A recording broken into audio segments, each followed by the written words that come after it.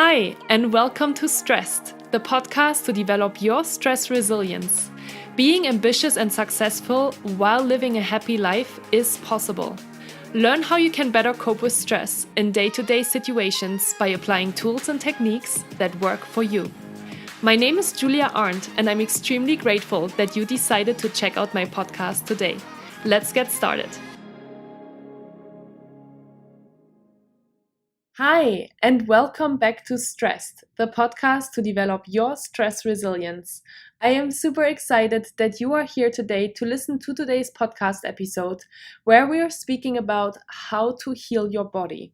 And for this special topic, I invited a new special interview guest to my podcast. Her name is Erin Burch, and Erin is already 62 years old. And if you look at her, especially when you're watching the YouTube video, you'll be surprised and amazed how good she looks, because she has been working on healing her body for decades. She had a really bad car accident when she was in her early 30s, and she's been dealing with a lot of pain and a lot of difficulties in her body for many, many years. And she was almost in a wheelchair by the age of 40, but she didn't want to be. So she started to really work on herself. And today's podcast episode is so incredibly inspiring. I'm so excited that I had Erin in the podcast, because she's sharing so much wisdom and so many insights with you about how she overcame her own physical challenges and how she started to listen to her body again. And this is something that is so close to my heart, especially at the moment. I'm learning so much about this. I am currently in New York City, where I am spending a week to meet a couple of people and to do a couple of trainings at different corporations. And at the same time, I'm catching up with a few old friends of mine from Google. And I've had a lot of conversations with my friends about how they are and how they've been doing since they moved to New York, because a lot of my friends are Europeans. And a lot of them have been having difficulties since they moved here. And every time I'm talking to them, it totally shocks me to hear about what they're going through, because in my opinion, they're not paying attention to what is going on in their body. They're not paying attention to their stress management. And so this episode actually comes at a perfect timing, where I'm trying to tell people that they need to start listening to the signals of their body, because the body is trying to tell them something. And if you are going through some physical difficulties at the moment, try to take a step back and be really honest with yourself and answer the question: what are you doing right now? How are your stress levels? And why might your body be trying to tell you something? And I really hope that this podcast episode is as inspiring for you as it was for me when I recorded it with Erin, and also when I listened to it for a second time, because she's talking a lot about the process of learning and unlearning, how many years it had taken her to get back into her full power. And I asked her questions about how she did not give up in the process, because we are so impatient people, and we always think that we do something differently and we start being better. And that's just simply not how it works, especially if you've been creating bad habits for a long period of time. So we're talking about all of this in the podcast episode today. And before we are jumping in, I just want to make sure that I remind you, sorry, that it's only 3 days away that my beautiful 8-week online coaching program is launching. It is launching on July 17th. And as you know by now, I have a special offer for all of my listeners of the podcast, where you're getting $200 off the program with the discount code EARLY3333. So 4 threes and early, all in capital letters. You only get the discount if you are paying in 1 installment. You can also pay in 3 installments. And what is really important to note as well is that your company usually gives you some type of reimbursement for these type of programs. So make sure that you're investigating that as well, because you should really invest in your own well-being, in your own stress management. And so often I'm speaking with people and they tell me that they have already heard and they have already learned so many things about stress management, but this is the next step. This is not for cowards, because this is to really get into action and to make changes in your life. And nowadays we have so much knowledge. We are listening to so many different podcasts. We are getting so much information, but then we never get into action. And this is really my invitation to you to start making changes in your life. I truly believe that the 8-week online program is extremely powerful. I have put together all of the tools that I am using on a daily basis for you to get into your power. I put all of the insights together that I'm using with my one-to-one coaching clients, that I am addressing in my trainings. And I just really believe that this can make a difference for you. If you want to learn a couple of more insights about what other people say that have already done the program, that have already completed the program, please head to my website. I just created a beautiful success story page because I'm hearing more and more amazing stories from my participants about what kind of changes they made in their life by going through the program. So I invite you to head over there after listening to the podcast and to just simply check it out and see if it's something that you want to start taking care of yourself as well. And with that said, I don't want to keep you from listening to the podcast interview any longer. So thank you so much for being here. Have fun listening to the podcast episode. If you want to share with me any insights that you took away from listening to this podcast episode, I would love to hear from you. Make sure you head over to my Instagram account at Blue Mountain Mindfulness, or come over to my YouTube channel at Julia Arndt and share with me what your biggest takeaway was. Thank you. With gratitude, Julia. Hi, Erin. I'm so excited to have you in my podcast today. Welcome to Stressed. How are you today? Hi, Julia. I'm good. How are you? I'm glad to be here. Yes, thank you so much. I'm so excited. You're actually the very first person I have in my podcast that will talk about body alignment and more about how stress impacts the body. I'm really excited to have you as the specialist in the podcast today. And before we're jumping in, and we want to hear, of course, everything about who you are, pick us up a little bit. Where are you right now? What time is it? And what have you been up to this morning? Okay, well, it's just after 10 o'clock. It's on the Pacific time zone. I'm in Northern California, just 8 minutes north of the Golden Gate Bridge, so just north of San Francisco. And this morning I woke up a little late, actually. I usually wake up and have at least an hour meditation, and I do some walking and some other things in my morning routine. But this morning I meditated for about 20 minutes. So, and I got my clothes to the dry cleaning, and I took a luxurious shower. So very nice. And I had a call with somebody. I do several times a week, I do something called spring cleaning, which is it's a tool from Mama Gina's School of Womanly Arts. And you get together with another woman and you do this exchange where you sort of, decrease the charge that you have on things. So it's part of a stress tool. So.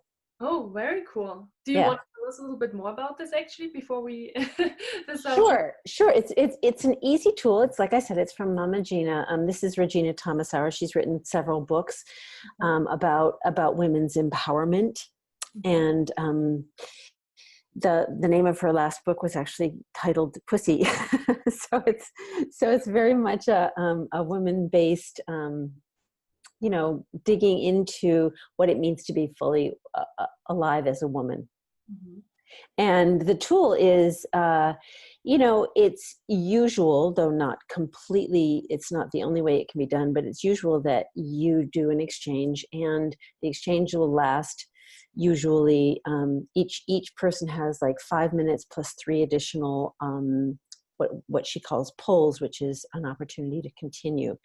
And what it is an inquiry about one thing. So for example, mine this morning was creativity was my topic. So my partner will ask me as many times throughout the 5 minutes as I give an opportunity. So she'll ask me, what do you have on creativity? And I will say, I haven't really been my most creative self lately, and that's starting to weigh on me. And then she'll say, thank you, what do you have on creativity? So she's the creates a container and holds the space for me while I process whatever charge I have on whatever topic I have for 5 minutes. And then I have three additional pulls, and then we conclude the spring clean, and then we have an opportunity to kind of tie a bow on it, which is there's a number of tools that you can use to kind of tie a bow on it. The traditional one is called a trinity, where you share a brag and then a gratitude and then a desire, and that's the whole thing, and then you do an exchange. Wow. And you do that once a week, is that? I do it several times a week, actually. Okay. And is it always about the same topic during the week, or No. is it every day another topic? Yeah, whatever seems to be up for you at that moment in time is what you focus on. Okay. And then you have an opportunity to just kind of clear the charge. I mean, I did 30 days one time on men. Yeah. I imagine that's really powerful, because you just, I guess, realize yourself kind of what's going on just by another person asking you all of these questions, right? Yep. And you're not it's not a conversation. So you're not looking for validation, or you're not looking for whatever, sympathy for whatever you're going through, or you're not looking for anything. The other person is just holding the container, and you're in your, like, what do I have on that? Huh. Very interesting. Cool. Thanks for sharing that. That sounds You're welcome. Maybe it's a great stress tool. To the book and everything, and I'll put that in the show notes as well if somebody's interested. Yes. Yeah, it's powerful stuff. And men can do it too. It's not, you can do it as couples. You don't have to do it as women. I just find that, because it's a tool that I've shared with a number of women there are certain spring clean partners that are where this spring clean is more impactful. You tend to go deeper with certain people than you do with others. So yeah. Okay, cool. All right. So now, that we already have the first stress management tool that you're using. Who are you? Tell us a little bit more about yourself, and for anyone that doesn't know you. Well, I've been on a real journey.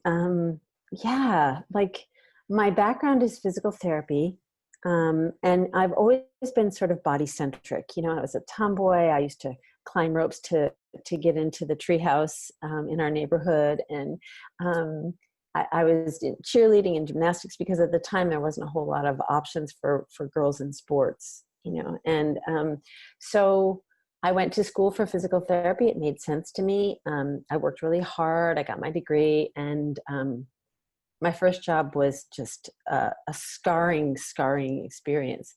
So that sort of shifted how I felt about it, because when I got out of school, I was like, yeah, I'm gonna, like, gung-ho, like, physical therapy, I'm gonna light the world on fire. And my first experience was so crushing and so scarring that I just never felt that same kind of thing again for physical therapy.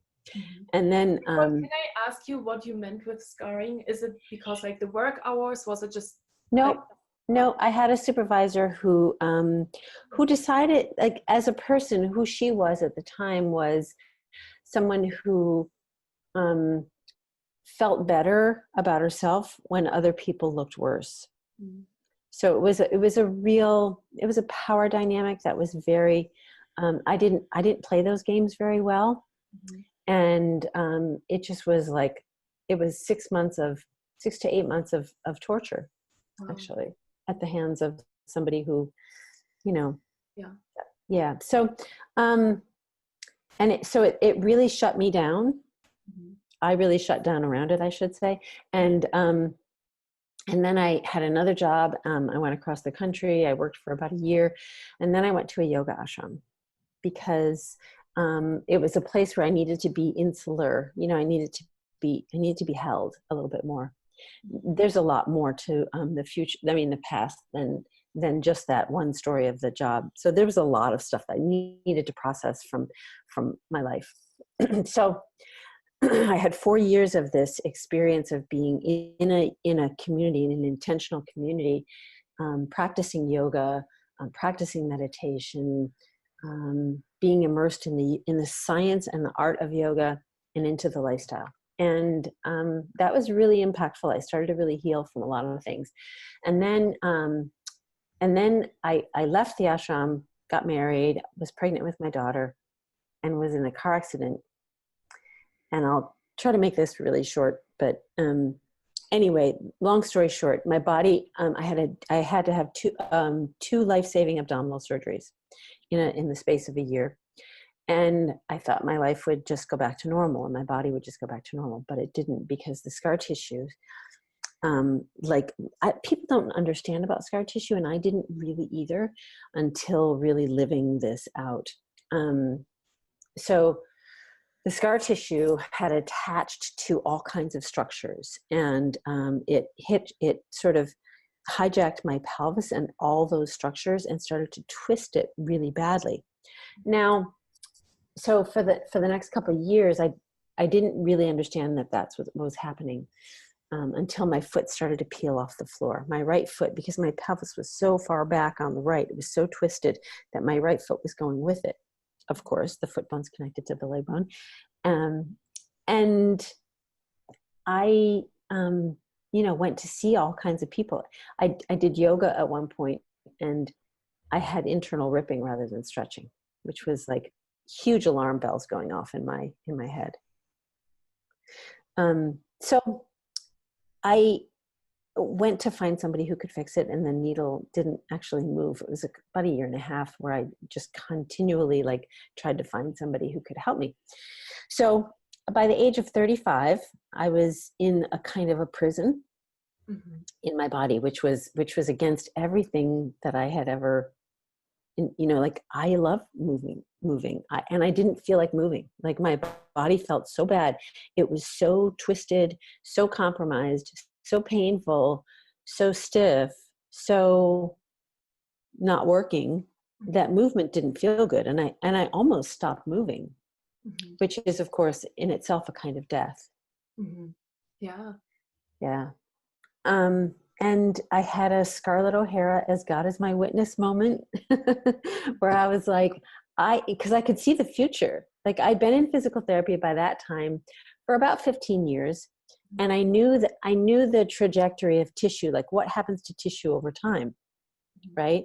And I could see that what was happening for me, my deviation was so extreme, and the scar tissue was so tight, and everything was so intense in that area.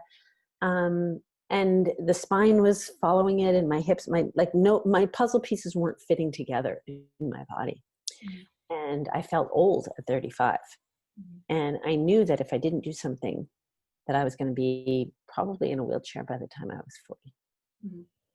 And you know what I'm just thinking about as well, when you're talking about all of those physical challenges that you had, is what strong of an impact that also has on everything else, right? Like, we are not well in our bodies, and there's issues and challenges that we have, and then it impacts everything else, right? Everything. Your work, I'm sure, your relationship, I'm sure, with your husband, but also with friends and family.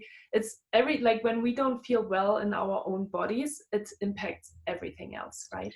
Yeah, absolutely. And anybody who's ever been in any kind of chronic pain, it sucks your energy. It literally, it's like a vacuum cleaner. Like, you can pretend that you're not in it, right? And you can get through your day, but every single day it costs you a little bit more to be in pain. Yeah. So what happened, and how did you get out of it and sit now here with a big smile on your face? Yeah. So, even though I know you.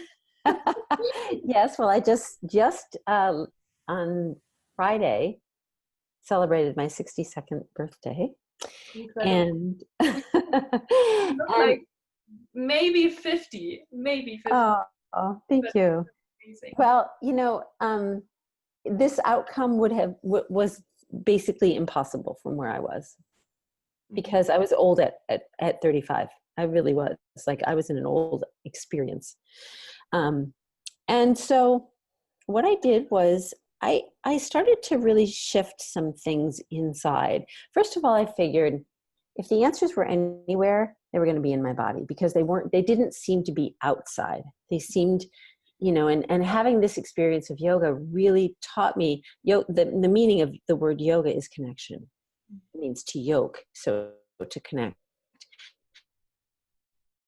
And so I knew that if I was going to heal this, I was going to have to go into my body and let my body teach me what it was to heal. Because connection is interesting. I mean, actually, let's start with the opposite, right?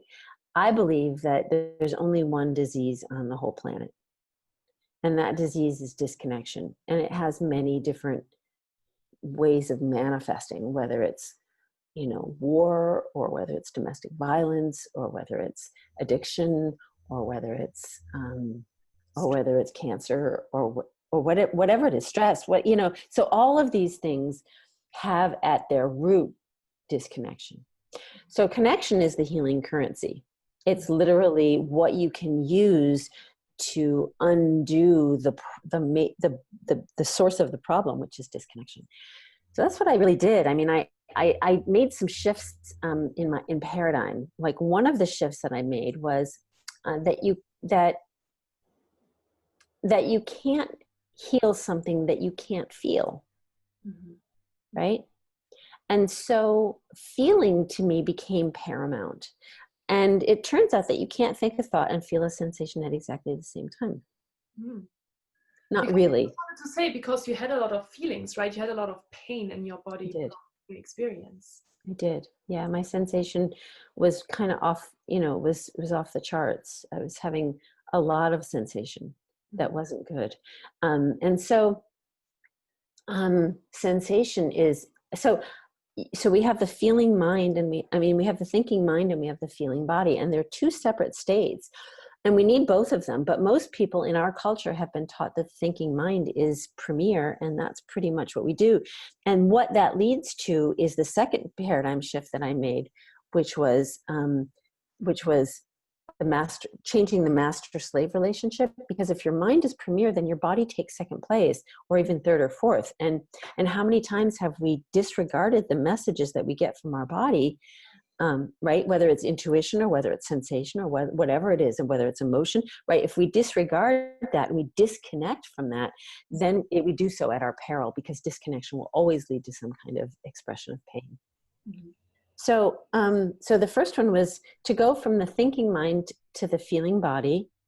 I had to really disconnect from my thinking mind, which was overused, to my feeling body, and make distinctions in my body. Oh, if I'm feeling this, okay, that's going to lead me to this, right? There's so much, our awareness, I say, it's like the can opener that will open any can.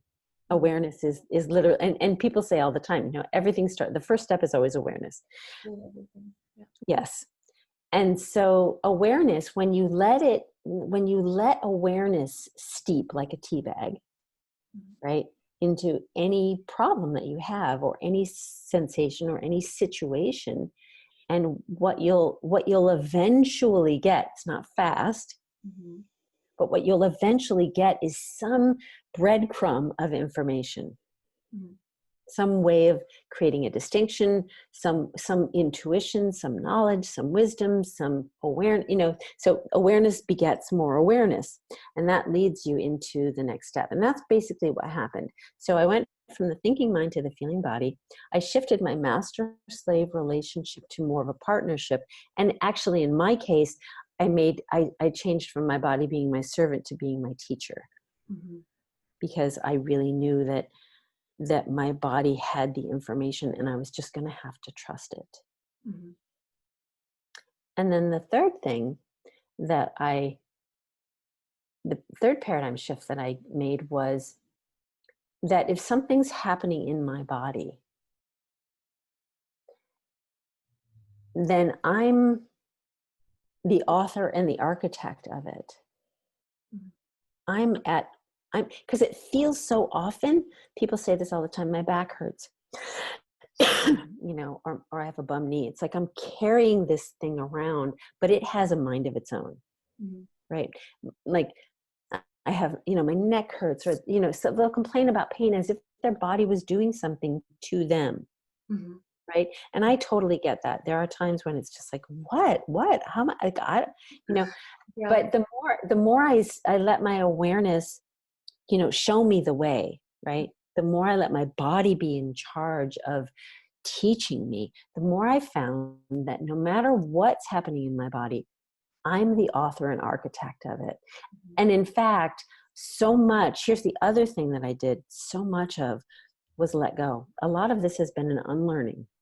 Mm-hmm. There's a Chinese proverb that says tension is who we think we are, Mm-hmm. and relaxation is who we really are. Excuse me. Yeah. That's so powerful. Okay. So you had that awareness, but I'm sure now that's listening is like, okay, so just from thinking, like you got into such a bad state of mind, and just from making these 3 shifts, you healed yourself, or what did it entail? Well, Really? Julia, so I don't mean to oversimplify it, because it really is simple. Easy, no. Mm-hmm. Simple, yes. Mm-hmm. I think simple is the best thing, right? I mean, when something is simple, it does not mean it's easy, but it does mean, I describe my work actually as water on rocks, Mm-hmm. because there's 2 things. One is water on rocks is one of the most powerful sources of force in nature, right? The Grand Canyon. Mm-hmm. But it takes time, Mm-hmm. right? So it takes time, but it will, like, there's an inevitable result, right? There's a guaranteed outcome that if you pour water on rocks, or if you drip water on rocks, the rock will change. Mm-hmm. Like if you have a rock at the end of a downspout, right, that drips, Mm-hmm. it'll bore a hole in that rock over time. Mm-hmm. And Yeah. so that result is inevitable, but it takes time. So did I have to learn patience? Oh my God, yes. Uh-huh. Like I can watch grass grow now. Like I'm so patient, like mostly. Mm-hmm. But I wasn't always. Mm-hmm. And I just So thought, how long did it take to get back into like you know, I'm sure a lot of people are like, okay, is it like a year, or is it 10 years, like, you know, yeah, I know I it's mean, a process, right? Like it's a process. Yeah. process, but Yeah. I was in an extreme situation, mm-hmm. right? Very, very extreme. My body was literally starting to shut down. Mm-hmm. So where I was, I would say that over the majority of what happened was over the first 15 years. And like I said, my body was very extreme. Yeah. So over the last 10 years, I've been fine tuning, and I still work with it. It's a residue in my body. There are residual patterns that I work with, but the majority of it was the first 15 years, 15 to 18 years. Yeah. It doesn't, you know, the stakes were so high. Yeah. I would have done anything. Mm-hmm. You know, I would have done anything. And now I don't have to operate at that place, but I still do, because now it's become a transcendent thing for me. Mm-hmm. Yeah. You know, like it's not just about getting a body that works. It's about using this body that works to get even more. I mean, the work that I do. Somebody asked me my meaning of life the other day, and I said lightness of being. Mm-hmm. Yeah, definitely. And you know, I have a couple of things on my mind right now. The first thing is that I'm thinking, you know, so many people think, oh, I'm doing something for my body, like I'm doing like a 30-day challenge, or I'm doing this and I'm doing that, and then I'm good, you know. But I think that's a beautiful summary actually, to say, hey, you always have to take care of yourself. It's not like you're doing something for a year and then you're good. It's just Right. you know, you always have to work on yourself, no matter if it is learning about your body, or, you know, making progress from a spiritual or just from a mindfulness perspective. I'm always saying that stress management is a skill that people can learn, but it doesn't mean that you learn it, in And I 3 go months. like that. Yeah, And then totally. you Like go. life is in session. Let's face it. Like life is literally in session all the time. I was gonna say, the other day I gave a talk. I was in. It's called Roof Talk, and it's this new platform that I think is going to rival TEDx. It's going to be very powerful. But um, I used this word to describe what happened in my marriage. You know the game Jenga? Mhm. Are you familiar with that game?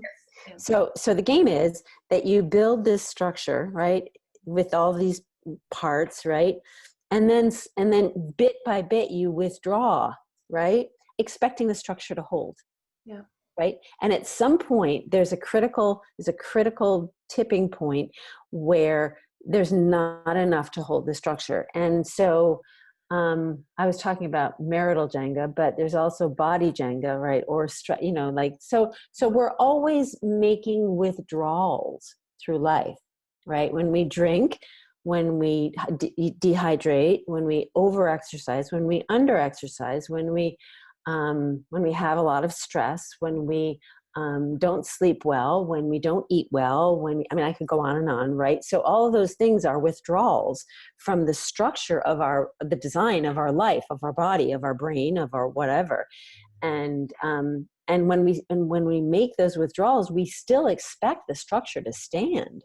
Yeah. But then we call the demise of the structure, we call that old age. I'm like, no, that's withdrawals. Those are injuries. Those are withdrawals. That's Jenga right there. Wow, I love that comparison. That's so powerful. Okay, so here's the question for you. How did you not give up? 15 years is still a long time to Oh God, yes. go Oh through God, this yes. process. And I'm sure Yeah. there are many, situations where you're like, oh my God. Well, I wasn't even for a long time, honestly, Julia, I wasn't even sure that anything was happening. Yeah. It was where I was such a dark place. Mhm. It was like being in a cave with no light at all, where all you can do is feel. That's all you have is just your hands to feel the edges of the cave, and with your feet to make sure you're not so that's kind of what the experience was early on. For the first few years, it was like it was very dark, but I just had this sense that I was onto something, and I couldn't articulate it. I didn't, it was very private experience. Like I wasn't talking about it to anybody. I was just like pouring my awareness into this problem. And then lights started to appear, and then they would go away, and it would be like, no, because I would have an experience where I'm like, oh, that's it. And then I wouldn't be able to reproduce that experience for I don't know, weeks, it definitely was frustrating. But one of the hallmarks of learning is frustration, honestly, because to not know is frustrating. Yeah. Right. But that's learning. That you don't know. So I just followed breadcrumbs for a long time. And how I didn't give up was, first of all, the stakes were so high. There was I knew where I was headed if I didn't do something. Mm-hmm. And the other thing was, it started to fascinate me. I started to really be like, what's here? This feels really rich. What's here? And how can I leverage this more in my life? And how can I leverage this more in my work? And how can I leverage this? These questions didn't show up right away, but yeah, I knew something was telling me I was on the right track. The other thing that I did that I haven't mentioned yet was that I started to ask really good questions. And the power of questions is, there's lots of quotes about it. Einstein has some really good quotes about questions, like sitting with a question, allowing a question to live in you instead of just coming up with an immediate answer is so powerful. So one of the questions that I found really most powerful, and you can put this in the show notes too, but what would it feel like if, right? So my spine was so twisted, I would say to myself, what would it feel like if my spine was straight? Right. And then what that does is that, because you don't have your body, you don't have a ready answer for that. Your mind is like, oh, so, so that catapults you into your imagination. And then your imagination has a really easy link with your body. Your mind does not, but your imagination does. So if you can catapult yourself by way of a question into your imagination, and then your imagination goes, what would that feel like? And then that consults your body, and your body's like, I know exactly what that would feel like. I remember that. So that was the fertile loop that I was in. Yeah. That's really interesting. It reminds me a lot of Joe Dispenza. Yeah. I've been studying him lately. Although, I mean, I interviewed him one time. Oh, really? Because his history and my history had some similarities, and I wanted to hear from him. This is about maybe 7 years ago. And he's really gone, as you know, really big, but I've been doing his meditations and stuff lately. But yes, he healed himself of a spinal injury. Similarly, like going into the body, right? Supporting, I mean, my equation for healing is very simple. And the equation is two parts. One is your body. And when I say the body, I mean the entire whatever we are, right? Not just limited to the physical body, but the body has to get what it needs. Plus, it's got to not get what it doesn't need. So if you're in a healing phase, if you're healing, you've got to get sleep, and you've got to get water, and you've got to get some way to, address what's going on. And it's different for everybody in different situations, right? So one person's liver problem might look very different from another person's liver problem, or, but there are some things that you can do. Once you identify it as a liver problem, then you can actually support it with milk thistle, and and cruciferous vegetables, or whatever it is, right? But and then you've got to not get what it doesn't need, which is like, oh, let me just have a shot of alcohol, not so good for the liver. So, so you want to stack it in the direction of healing, and withdraw it from the things that are stressful to our body, to our mind, to our emotions, to our toxic relationships, and screen time maybe, or addictions, or whatever. Like, just really, yeah. So you are the creator of the Burch method, and you've been teaching that for many, many years now. Tell us more about the Burch method. Okay, so the Burch method is kind of based on what I figured out as the design of our body. And of course, the design of our body is an aspect of nature. And so it's going to follow certain things, and it's going to need certain things. And being in that partnership is part of it. But so the Burch method has 3 powerful pillars. One is alignment. Because we have a design, right? Our design is, if you take these structures and you stack them appropriately, they will sustain. Like those rock cairns, right? Like when you stack rocks, it'll stay, unless there's some other force knocking it over, wind or somebody's foot or whatever. But those rocks will stay. They're inherently stable, right?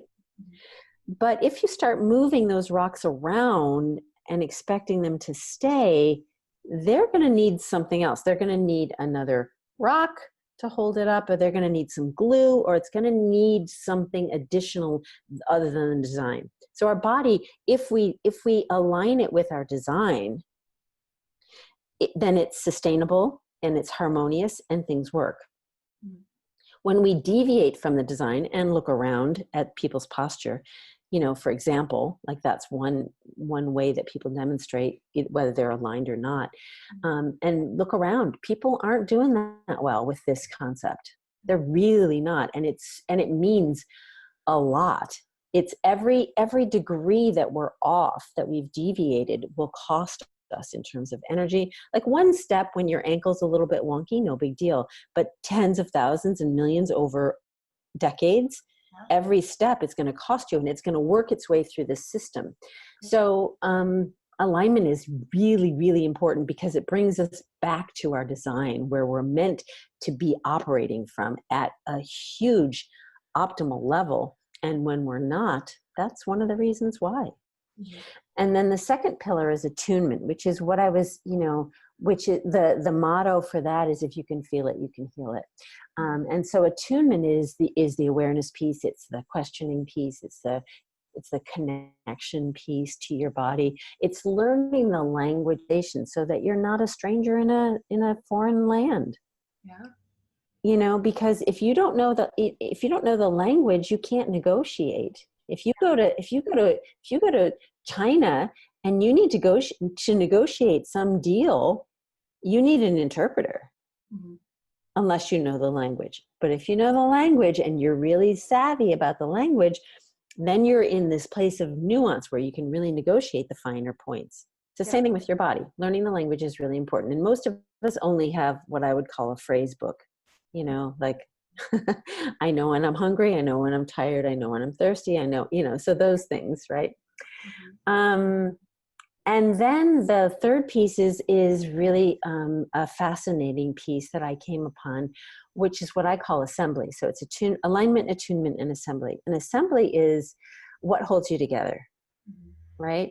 And that's an odd question. Nobody asks that question. What's holding us together? People say, well, muscles or bones or whatever, or skin or what, I don't know, whatever. But it's really tension. Tension is the glue of the universe, as far as I know. So even a molecule of water has tension in it, has a force that's it's an attractive force that's holding it together. There's tension in that. So tension holds us together. Now tension gets a really bad rap, right? Yeah. Because tension doesn't feel very good. Because the definition of stress is also actually just tension. Tension, yeah. And we need it's needed to hold us together. So that's right. That's what I'm educating people on as well, because we actually do need stress. Like stress not always equals negative. We need absolutely. In fact, they did that biodome thing in Arizona, right? They put trees in this, like they put its whole setting. Like, what would it be like to just kind of put us in that kind of thing? The trees, because they didn't have the stress of wind, right? They came down. They didn't have the good stress of, and think about what makes you grow is those challenging times, right? So without that good stress, or without tension, we don't hold together very well, So the reason that here's the situation: tension for people in their bodies is going to a place where it's not designed to be. If you reclaim that tension from where it's not belong to where it does belong, and have it thrive, then your body moves into lightness of being. It moves into flow. It moves into ease. It doesn't accumulate problems in the same way. And then that leads us back to alignment. Like, it's the way to keep our bodies in that place of status quo or homeostasis from a structural place. Mm-hmm. Yeah. And go ahead. No. If you have anything, that was already the next question. Well, and it starts to, like, when your body's functioning like this, what happens is it's transcended, because once you align with your design, you can't help but align with your divine. Mm-hmm. Right? It's just the next natural thing. And so when you're in this place of empowerment, because you're actually, you have all cylinders firing, you're connected, you're alive, you're aware, you're, it's just like, that's where we're meant to be, I think. So it also starts to have an emotional impact, and it starts to have an intuitive aspect that it works with. Your tendency to be kind of who you really are, of course, because you're in your design, and it feels really good. Yeah. And I'm thinking again, and then you can present yourself so differently to the world, right? Because exactly yourself. Yeah, and people call me radiant all the time. This is not something that used to happen. So for the Burch method, I say, be ageless, be painless, be radiant. Mm-hmm. Like that's the tagline, because That's what I see happening with my clients. Yeah. Yeah. And so, and then we talked about this a little bit when we talked to prepare for this podcast interview, but one of the questions that I asked was, what would be like the first like 1 or 2 tips that you would give people that are listening right now or that are watching us on YouTube, and what they can do in their body to be more aligned? Absolutely. Can I give 3? Yeah, please give 3. Okay. 1 is to move. Mm-hmm. Movement is better than no movement. And we're spending a lot of time not moving. So, planning breaks so that you can get up and so that you can stretch, and moving also in a way that challenges how you move. Like most people move by we sit, we stand, we walk, and we lie down. And that's kind of it. That's the full range of most people through most of their day. And I'm like, no, like move your arms so that you can really like feel the full range of motion. Move move everything, like get a little goofy, feel like actually play like an animal or whatever, So that's 1. And 2 is tune into your body and ask yourself questions like, what would it feel like to be really, and you can even borrow other people's experience. Like and I did this with, sometimes I call it body hopping, which is a little creepy, but, it's like if I know somebody who's got like Audrey Hepburn, for example, like she's got like exemplary posture and poise, right? Just grace, like completely. So I'm like, sometimes I pretend like, what would it feel like to be Audrey Hepburn? Like, right? Like that's a whole different thing. And it puts you into a different state immediately, right? Just borrowing that imaginative shift. And then the third thing is that so I'll show you this. If you can put your hands like this, right around the middle part of your sternum or your breastbone, so you're sort of hooking your fingers like this, and your elbows are out to the side. It's sort of an opera singer pose, right? Now, if you gently without disconnecting your fingers, kind of pull your elbows apart. Now, what you'll tend to feel is that your lower abdominal area kind of pulls in, and then your upper abdominal area around your rib cage draws in, and then your shoulder blades draw together. Can you feel all that? The lower part of my abdominals was a little bit more challenging to feel first. I immediately felt it more like on the top of right there. So like do it. Yep. So try it again and just go from not to engagement, and then notice how like the whole center part of your body starts to engage. Now we call that the core. I call it the core container. So if you can feel all of those places kind of pulling you in towards your center as an experience, and then continue to hold that as you disengage your fingers, and see if you can just hold that and notice that now something is holding you up. Something's holding you together that wasn't the tension from before. Does that make sense? Yeah, it's really powerful. I remember you showed it to me the last time as well when we talked, and I thought of you multiple times during the day, and I did that because it's such an easy exercise. And I feel like when people, for example, that sit a lot at their desk, just do that. And just do this. You can feel yourself kind of, it's like a magnet, like all the metal filings go towards the center of, like if you had a magnet in your center pole, like a center pole, and all the tension was like metal filings started to come in towards that center pole. It's like there's a sense of peace, and there's a sense of relaxation, and there's a sense of flow when you do that. Yeah. So learning how to access and there's way more to it, no question about it. But that gives you a quick and dirty, like how to get in there. Yeah. So when you work with your clients, do you do basically kind of some type of physical therapy to do the alignment piece, but also talk? Well, yeah. So, so I do different things for everyone. But I'm starting to do some more virtual work. I have some virtual clients where I'm doing body coaching for them because when I was doing my work, I had tried to have other people fix it, and it wasn't so effective. And so I learned, without having someone's hands on me, I learned how to change an extreme situation to something that normalized within a relatively quick time, given the extremity of the situation. So I work with people virtually because the pillars are so powerful. You can start at any one place, and the whole thing will come along, right? It's a holographic kind of a thing. So when I teach people how to connect with their body, how to engage the core container, how to create their posture. I can do all of that virtually through Zoom, which is a great platform. Yeah. But yes, in my live sessions, I have my hands on people because I want them to, and that's it's not necessary, but it's also a lovely experience and an advantage because I can teach people how it feels, right? By changing how it feels.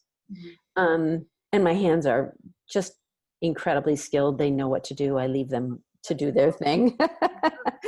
I've been doing this for 40 years, so it's something that, but of course, teaching them how to stay there is a challenge. Yeah. Right? That's the challenge with almost every body work or physical therapy or whatever is that, I mean, I used to be in physical therapy, right? And I would tell my clients, my patients, here's what you need to do. I didn't know it was like, I wasn't exactly leading them to the design. I had them do exercises that were, pretty generic. Cause that's what most is in most templates. So they would go home and do them or whatever. And they would come back in the same way that they came in the first time. I was like, well, what are you doing? They're like, I don't know, nothing. So in order to address real change, you have to get people out of the trunk and into the driver's seat and then teach them how to drive. Yeah. Because most people are in the trunk when it comes to their bodies. They don't really know how it's supposed to. We didn't come with a manual. It's not our fault. But having learned the design through this very tedious experience I had, so that's what I do. I do a lot of teaching. I do posture, I do movement, but I do hands-on work as well, where I'm always like figuring out, okay, how do we get you back to your design, and what do you need to do to keep it there? So it's very much the responsibility of the clients to follow through the best that they can, and I don't have any judgment on how they do it or how often they do it or whatever, because a lot of people, we have a busy life, whatever, but at least they know what to do. Yeah. Exactly. And I always feel like it's a lot of confidence as well when you're saying people need to get from the trunk into the driver's seat. It's also because people are maybe not as confident to do that. They're like, oh, I don't know that. It's like something new. And also I'm almost thinking like we don't really learn that either. Like we take our bodies so for granted that we are only aware that something is wrong when something is wrong. or not when something is wrong, but when something is so wrong. Yeah. When something is so wrong. Yeah. Yes. Because honestly, it's like that Jenga thing, right? Things have been wrong for a long time. By the time that our body is so adept at protecting us from pain, weakness, or restriction. It'll move heaven and earth so that we don't feel that. So by the time we actually feel those things, girl, it's been yeah, totally. I always have a few questions to all of your guests. So let's jump into those. What are you most grateful for? I am most grateful for, I guess, when I say my body, I also include my creator, like my source, because you can't separate them. Like, I'm so grateful for the healing capacity of my body. You have no idea what it feels like to be let out of prison until you've been in prison. Right? So I'm let out of prison. I just did a 30-day challenge where I did things like back walkover. I haven't done that in 45 years. There's no reason why I should be able to do that under the normal circumstances. Right? I don't do it all the time, So I'm really grateful for movement. I'm really grateful for breath. I'm really grateful for my body. It's all around like having a body that works. It's an amazing, amazing, grateful experience for me. And do you have kind of 3 wisdoms that you would share with others? Like what would like 3 things be that you feel like everybody should know and take away from listening to you?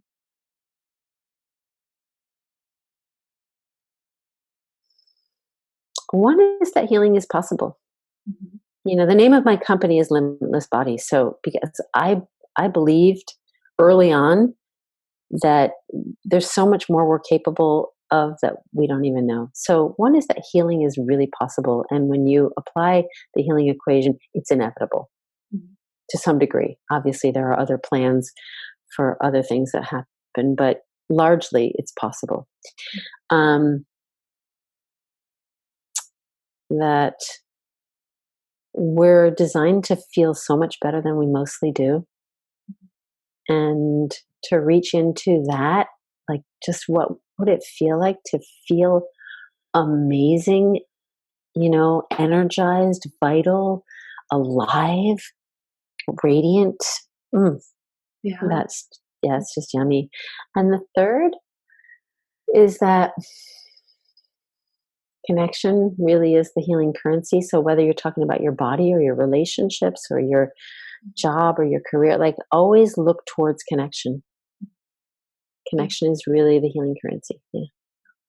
Oh, that's so beautiful. Yeah, I totally relate to all of them. And I think it's such a beautiful reminder as well, because we forget it so often and we take so many things for granted in our own bodies. And so that's Yeah, I can't. It's hard for me to take it for granted, because I've been, that experience. Yeah.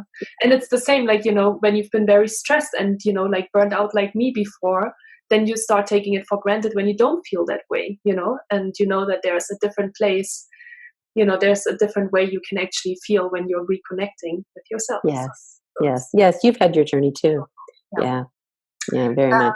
Is there a book that really inspired you along this journey? Something that maybe you're even reading a few times per, Well, what I'm reading now is Dr. Joe Dispenza's book that the Becoming Supernatural. It's his new book. That one and Breaking the Habit of Being Yourself. I think so. So when I've been working with tension, I realize what he's articulating is what I've been doing. Like the when I'm changing the tension habit patterns, like you can't be the old person if your tension patterns have changed. Yeah. Right. So I've been kind of doing that and it's sort of validating what I've been doing, but also the way he explained things and the neuroscience that he brings and he's so good at breaking that down and making it really accessible. So I really, I love it too. Yeah. It's funny that you say it because I think in my last few podcasts, I've always talked about breaking the habit of being yourself because I feel like he makes it so easily understandable of how we can actually break habits and what's going on in our body. And it has helped me so much to change because now I'm like, okay, brain, like it feels weird that I'm doing something differently, but that's okay. It's just because that's what you learned. Right. Exactly. I mean, when I put people in an upright posture, Julia, they freak out. They're like, I feel like I'm pitching forward. I'm like, I know. Embrace that. Like, that's a really good thing to feel how upset your body is because that means you're changing it because the old way isn't working. Yeah, so exactly.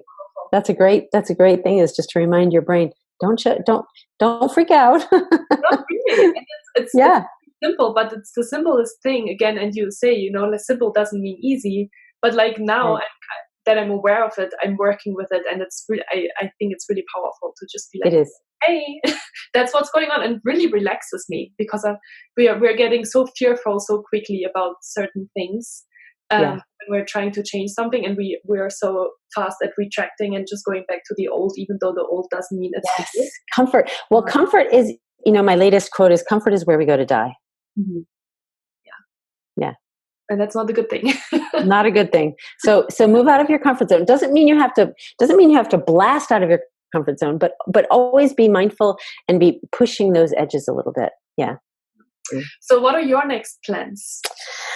Well, I actually have a call in a couple minutes, but my next plans are, honestly, I'm kind of waiting for them to download. I've got lots of ideas, but I'm just kind of listening right now. So I don't have anything concrete to tell you. And how can people best reach out to you if they want to learn more about you and they want to maybe work with you? So on my website, there are opportunities to sign up for an exploratory call, and that's perfect. That's free, so that you can do that. And or you can email me or whatever, Yeah, I've had people reach out to me and leave messages and stuff, and let me know what your situation is, and if we can find a way to work together, then that's great. Yeah. Yeah, I'll put everything in the show notes as well, all of your contact details. So awesome. And another way to test drive it is I have an ebook that's downloadable, and that's perfect. That's free too. So that's called Create Your Ideal Body Guidebook. Okay, awesome. That's free. I'll put that in there, and it's on your website as well, right? When people. Yep. Cool. Awesome. Well, Erin, it was such a pleasure to have you in my podcast. Thank you so much for being here. I'm always so inspired by all of my podcast guests, because I feel like we all have our, share to bring into the world. And I'm really glad that I had you and that you shared all these amazing, powerful, beautiful things with us. Thank you so much. Thank you for having me, Julie. It was an incredible pleasure. Thank you. Thank you. Bye-bye. Bye. If you enjoyed this episode, I would be extremely happy and grateful if you could leave me a comment and a 5-star rating.